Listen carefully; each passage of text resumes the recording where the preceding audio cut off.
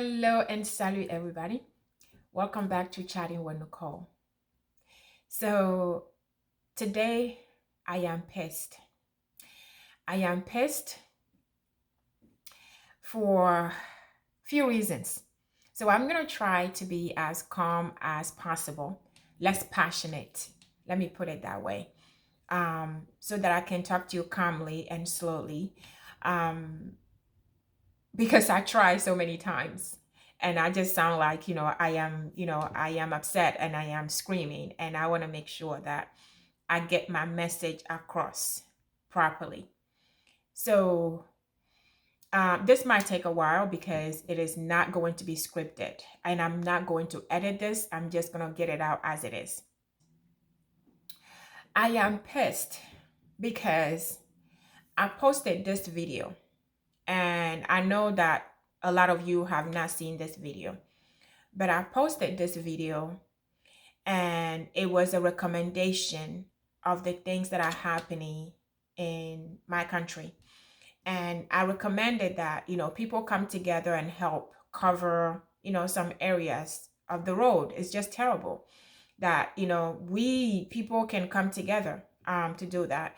And my second suggestion was to have nationwide fasting and prayer for the country, not just for the country, but the leaders of the country, the people who are above, who are in a position to make a difference, the people who God put in place to lead his people. So I made that suggestion, and the feedback I got is why I'm pissed. First of all, the first feedback was, no, don't be asking people to spend their own money to cover the roads. Force the government. You need to direct your attention to the government to do so. And the second is that God is not going to do anything. It's not God who's going to deliver the country. So I shouldn't be calling God, I should leave God out of it. That we should focus on the people who are in the position, the leaders of the country.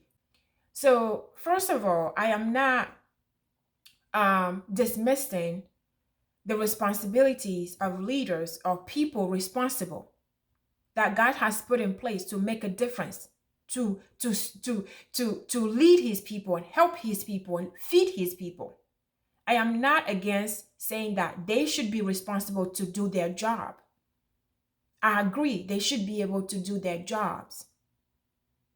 But if they're not doing it, and we are seeing that it's affecting us, we are unable to get in our houses, and we are able to do it, I suggest that we do it. Because if they're not doing it, every single one of us, if we are able to, if we have the resources, we have the money, we can help. We can help. That's why God gave us the money, the resources, the will to do it. So that's why I was suggesting, I did not want to focus my video on the government because I know how we are in Africa. So I am not focusing on the government and the second reason is everybody have been asking the government to do it for generation and generation, and things are getting worse. So my suggestion was, if we can, let us come together and make it work. So I am pissed because of the feedback that I am getting, not to ask, the citizens to make a difference, to help their community. The worst of it all is the fact that the second pushback for me asking to evoke God, I asked for nationwide prayer and fasting. We need to evoke God in our countries and evoke him and pray for the leaders, for God to for God to manifest, God could take control to help us, because we have been doing this for generation and generation. People got killed. We lost a lot of innocent people, energy, everything. People left the country, and so many things has happened and nothing has changed. And I have not seen anywhere where we have a nationwide prayer for the country itself. and for its leaders. So my suggestion to be rejected, that it's not God who is going to make a difference. It is not God who is going to do it. It's the leaders. That I need to direct my focus to the leaders. I am pissed because the people that I'm hearing this from, these are my friends, and I already told them this. These are my friends who are believers. These are Christians. So I am pissed because of where our faith are, because we're misplacing our faith. I am pissed because they say that I shouldn't be recommending the people to fast because they're already hungry. If you're really a believer, you should know the difference between hunger, physical hunger, and spiritual hunger. You should know the difference about being hungry and the reason for being hungry, about fasting. What fasting entails? What is the reason for fasting? You should know that a human being does not live by breath alone, but with the word of God. So to say that I shouldn't recommend people to fast because they're already suffering, they're already hungry, I am pissed about that. It tells me the level of our faith, our belief. So that's why I am pissed. And I'm coming here and doing this because I do not want to just limit this, because I was going to do a different video for everything else. But I realized that because of this feedback that I got, I wanted to come back, because I will not get intimidated by what I truly believe, especially when it comes to God. I will not be silenced because of my belief. So I am coming back and doing this here. I want to hear your thought.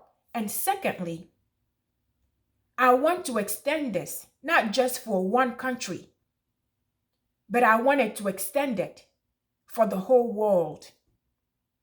Asia, Europe, America, Africa.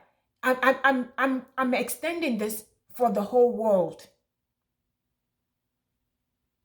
because everything that is going on in Africa, the poverty, the greed, the wars, the takeovers, the coup d'etats, everything that is going on, the suffering, the hunger problem, the gender issues, COVID, the wars, Ukraine, now this war with Israel and Gaza, the killing, the suffering, the pain, the confusion, the hatred, the gender issues everywhere, the confusion of who we really are, the race problem,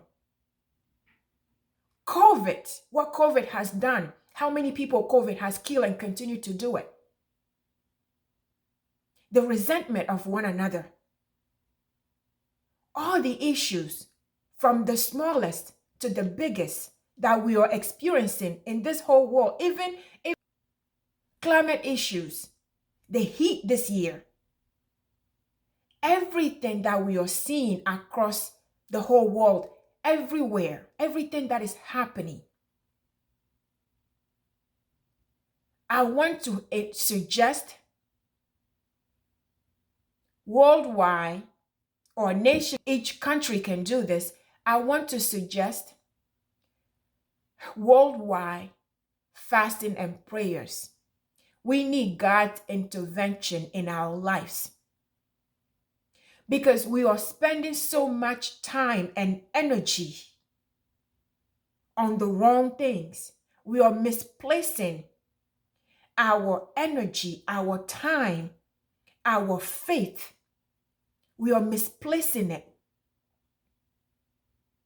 We are misplacing it on hate, on the leaders of the country, those who are responsible, the race, how we feel, how people make us feel about us, me. The greed, pride, selfishness. We are misplacing our energy on anger, on hate, on trusting the wrong people. We are putting our faith on people, human beings, and our problem, our suffering, our situation, our issues. we are misplacing our energy, and then we are wasting our time on these energies, on these problems, on people. Like these people telling me to focus on people instead, to direct these things on people instead. We are misplacing our belief. We are misplacing our energy. And I think we need to redirect it. I truly believe we need God's intervention, not just in our countries, and not just our, the continents, not just in our cities, in our lives, in our families, with everything that we are seeing. We need God. I am not saying that people don't pray on Sundays or don't pray at church for their countries. I'll say some people may do it, but we need everybody. We need our faith. We need to strengthen our faith. We need to redirect our strength. We need to redirect our beliefs to where it should go. Let me ask you, why do you think that God asked Abraham, and I'm talking to my believers, and if you're not a believer, you don't know about the Bible, I don't want you to turn me off. Still listen to me anyway. Stay with me anyway. But my believers, my Christians, why do you think God asked him to give his only son to him, to kill his only son, but he told him to go to the mountain for days to go do it? You want me to give him my only son that I love, but you still want me to walk, I'm going to say drive, to walk days to go to a specific place to do it. Not that I'm going to give it to you, give him to you, but you want me to take that, do all of that in order to give it to you. Why did God ask him to do that? Because he wanted to know how far how much he loves him, how much he's willing to give to him, how much sacrifice is he willing to do. Even though I'm asking you to give you your son, I still want you to walk 4 days to go to a mountain specific place to do it. And he still did it. And we know what happened. Another question, I'm not going to drag this. Why is it that in the Bible, Jesus was always impressed with people with faith? He's always said, your faith has saved you. Your faith has made you whole. He told that woman, your faith is great. He told that Roman man, he said, I have never seen a faith like this in the whole Israel. Why is Jesus was always, the only thing that I see Jesus was impressed of is faith. Because faith is what is going to get us through what we are going through. Because Jesus wants faith. He wants our faith. We cannot have faith with pride. We cannot have faith when we have greed. We cannot have faith with selfishness. So Jesus loves faith. For us to have faith in him, we need to have faith in God. We need to renew our faith. Because sometimes it makes me think that because of the response, the feedback that I got, it tells me that their faith is limited.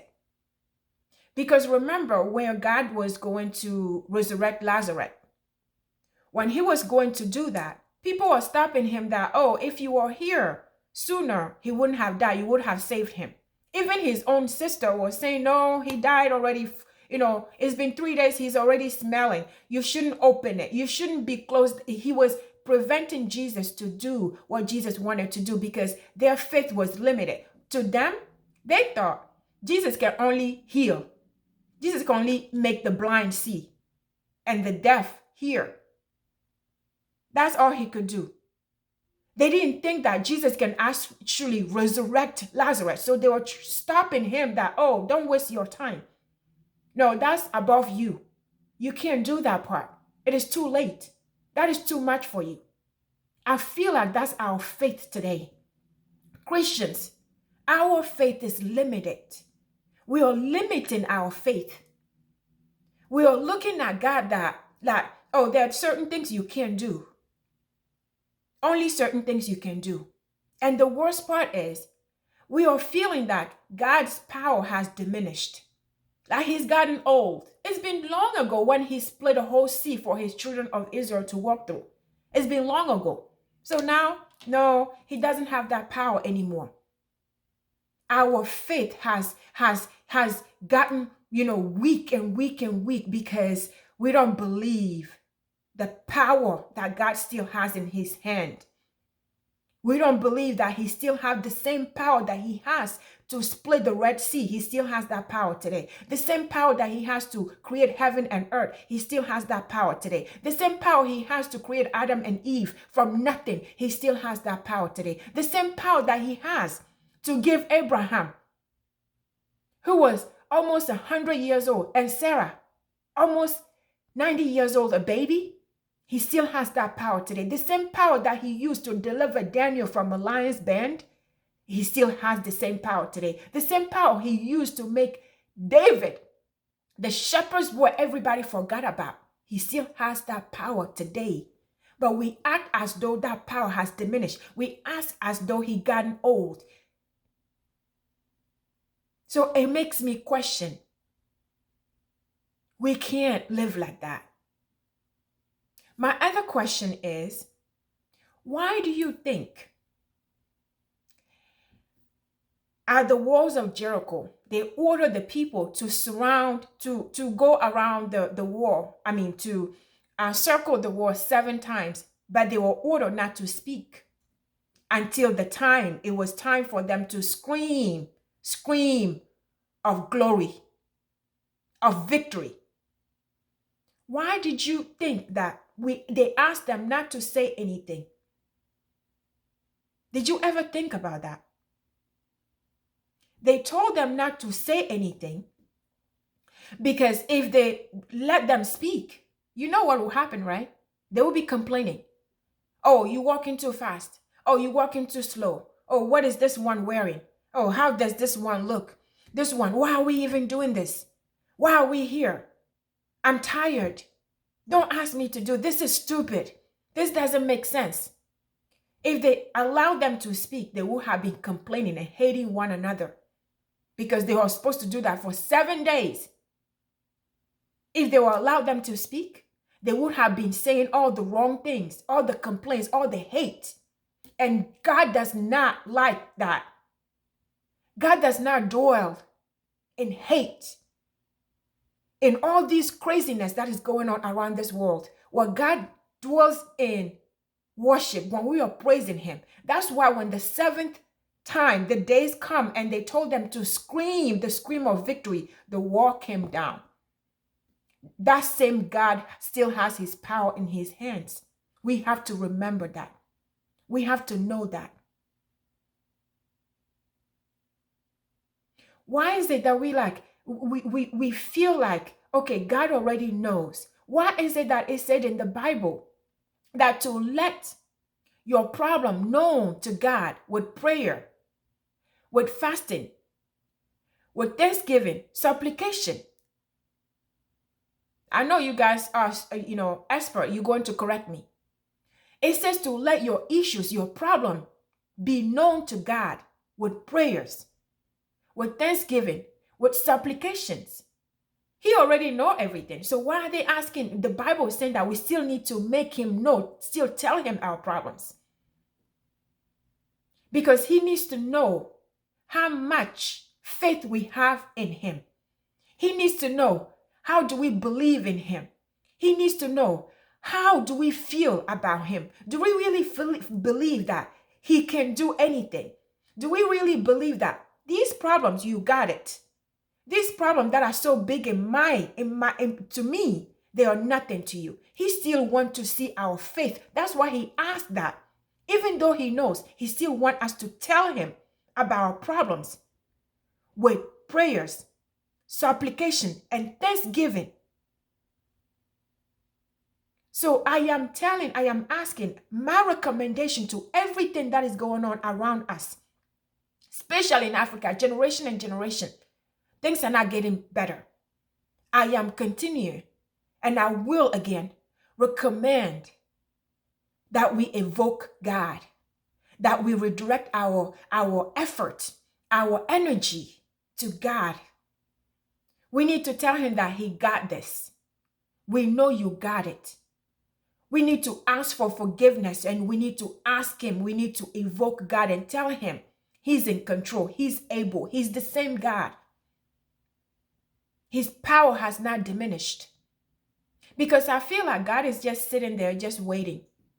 He's like, okay, how long before these people, my children, know that I am still the same God who deliver my children of Israel way back? I am the same God who split that Red Sea. I am the same God who sent manna from heaven every day for you. I am the same God today. He's just waiting. Like these children, my children, do they not know that I have all these leaders that you are focusing your energy on, you trusting and you believing, you hating, doing all of? Do you not know that I have them in my powerful hands? Do you not know that I am the reason you are breathing today? They are breathing today. Do you not know that I am the master of time, master of circumstances? I am the answer to every question, solution to every problem. I am the healing to every sickness. Do you not know? Do you not know that if I say one word, one word, everything will come down? Do you not know that? And everyone will come down. Do you not know that? Do you not know it's by my mercy, by my grace, that you have everything that you have? Do you not know that I am your Father, the impossible possible maker, the miracle worker, promise keeper, light in the darkness, prison shaken savior, the Alpha, the Omega? Do you not know that I can break anything? Do you not know that every knee shall bow to me? Do you not know that I still have the same power today? He's just waiting. He's just waiting.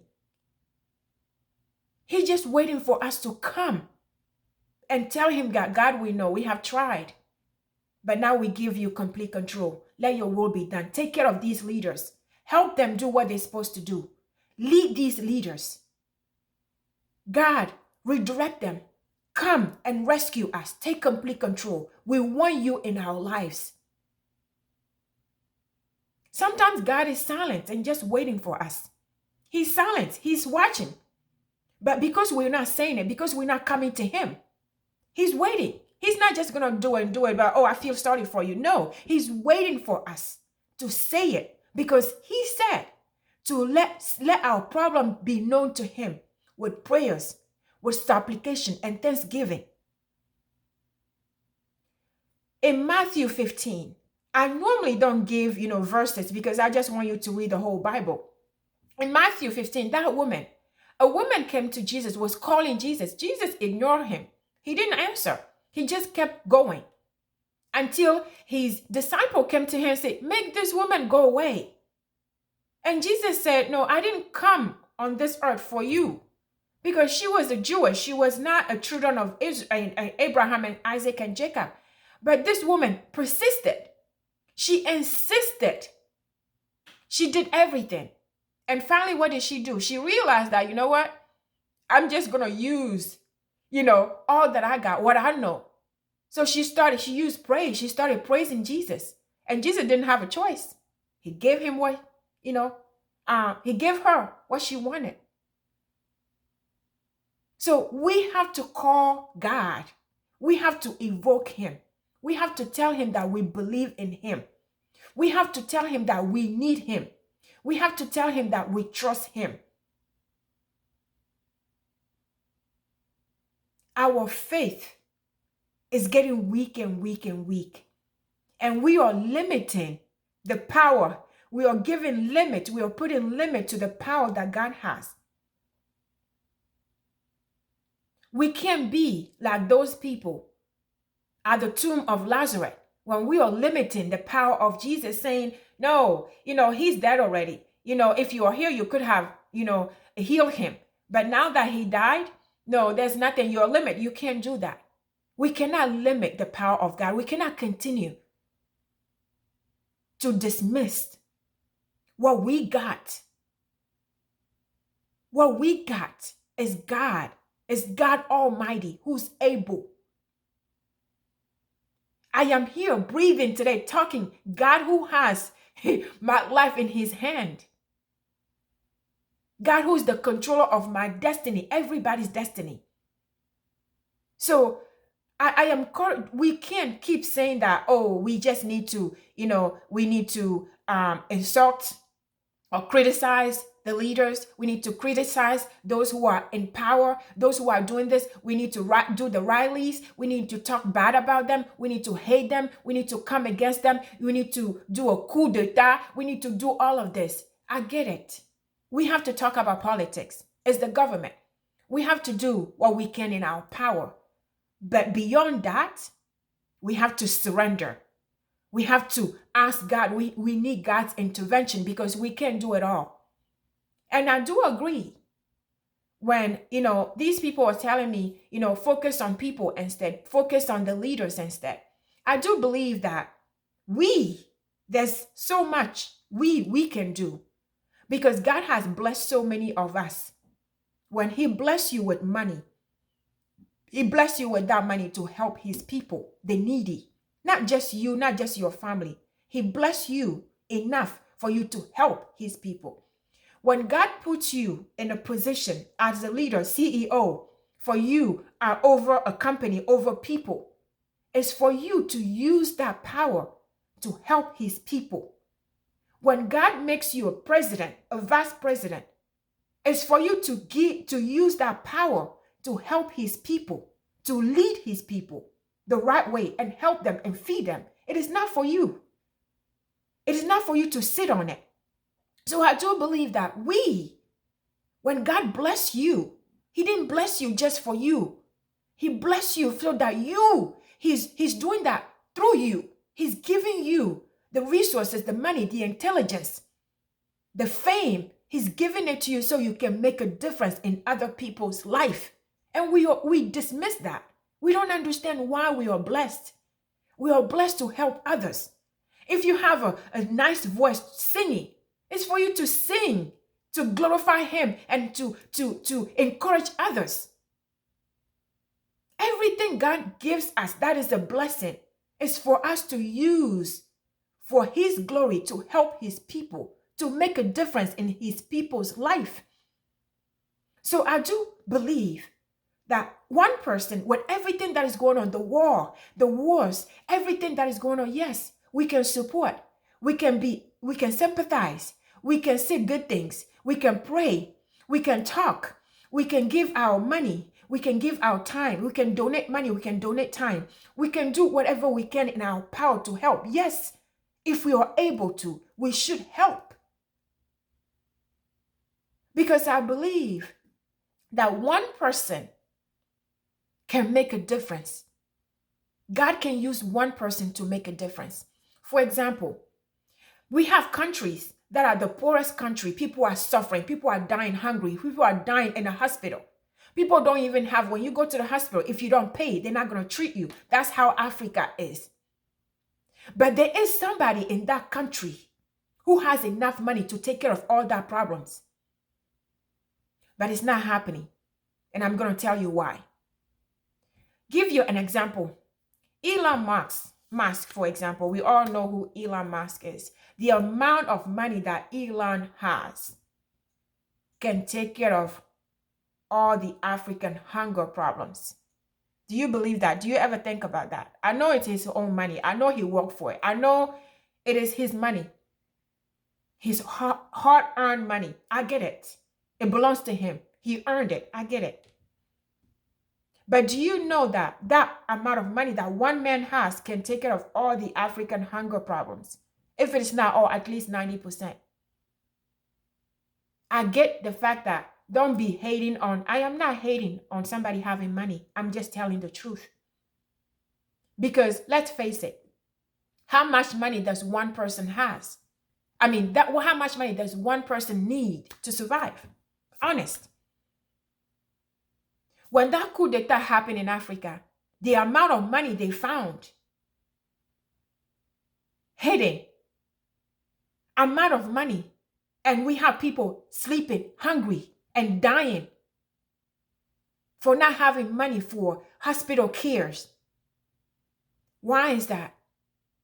Because of greed, because of pride, because of selfishness, because of non-existence of God in our lives. Because if you believe in God, if you trust in God, if you're fearful, if you fear God, will you be sitting in that kind of money in your house and people are dying outside?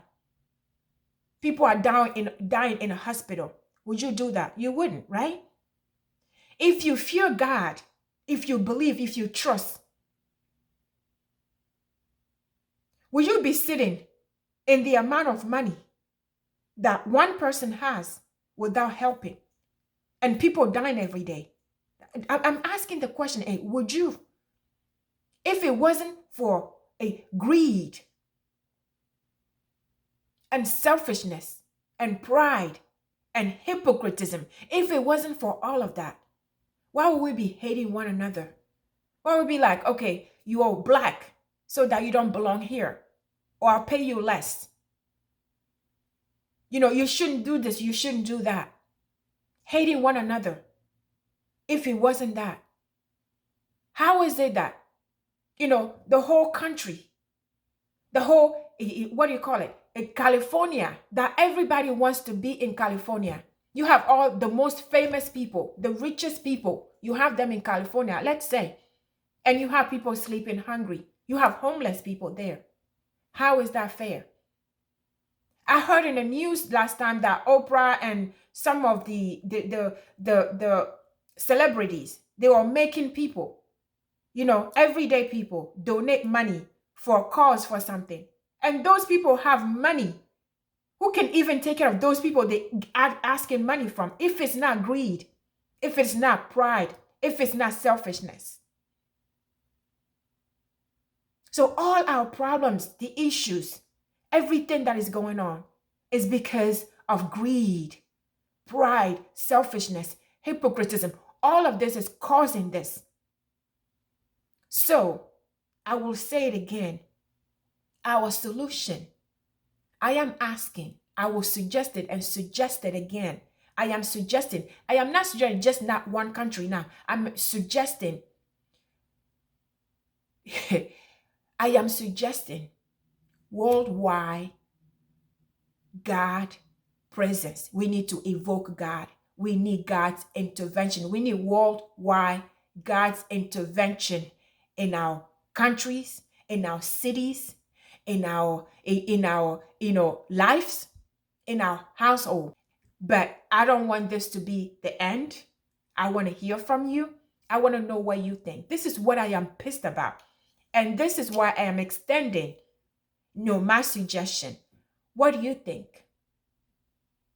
How do you feel? Don't just say, Nicole, don't just chew me off and let it go. No. If you're going to chew me off, I want to hear your thoughts, your suggestion. What is your, counter offer? What do you believe? It kills me when, something happened, a miracle happened, something happened, and even in the news, we don't even hear the name of God. We don't want to just say, oh, it's by God's miracle this happened. We don't even want to say it. And this is the God who's making everything possible for us. We are dismissing him, and he's just waiting for us. We should not be afraid of the God. We should not be afraid to call Jesus' name in the news, in the movies. on social media, because it's because of him we have the social media. It's because of him we have the news. It's because of him I have this phone. It's because of him. It's by his grace that we have anything and everything. It's by his grace that we are who we are. And I'm suggesting that we change the way our faith. We need to increase our faith, because that is what likes faith. And we need to stop limiting the power of God. I am not saying if you believe, if you have daughter, that you have everything you want. If that was the case, I'll have everything that I want. That's not what I'm saying. We need to stop limiting the power of God. We need to stop limiting what God can do, because there's nothing he cannot do. He's impossible possible maker. He's able to make everything possible. No matter how bad you see it, he got it. It's nothing to him. So again, I am suggesting that we evoke God in our lives, in everything that is going on, nationwide, God's intervention, countrywide, nationwide, worldwide, God's intervention. So some of you, those of you who are listening to me as women of God, men of God, and able to do anything, this is my suggestion to you. And if you're not, those of you who are hearing me, you have churches, you have places, you know, a real woman and men of God, I suggest that you do your part and share this with them to do something. We need to increase our faith. We need to change our faith. We need to redirect our energy to God. We need to recognize who he is. We need to call him. We need to believe in him. We need to increase our faith in God. So that is for now. I want to hear from you. Let's hear what you have to say. Stay safe and blessed.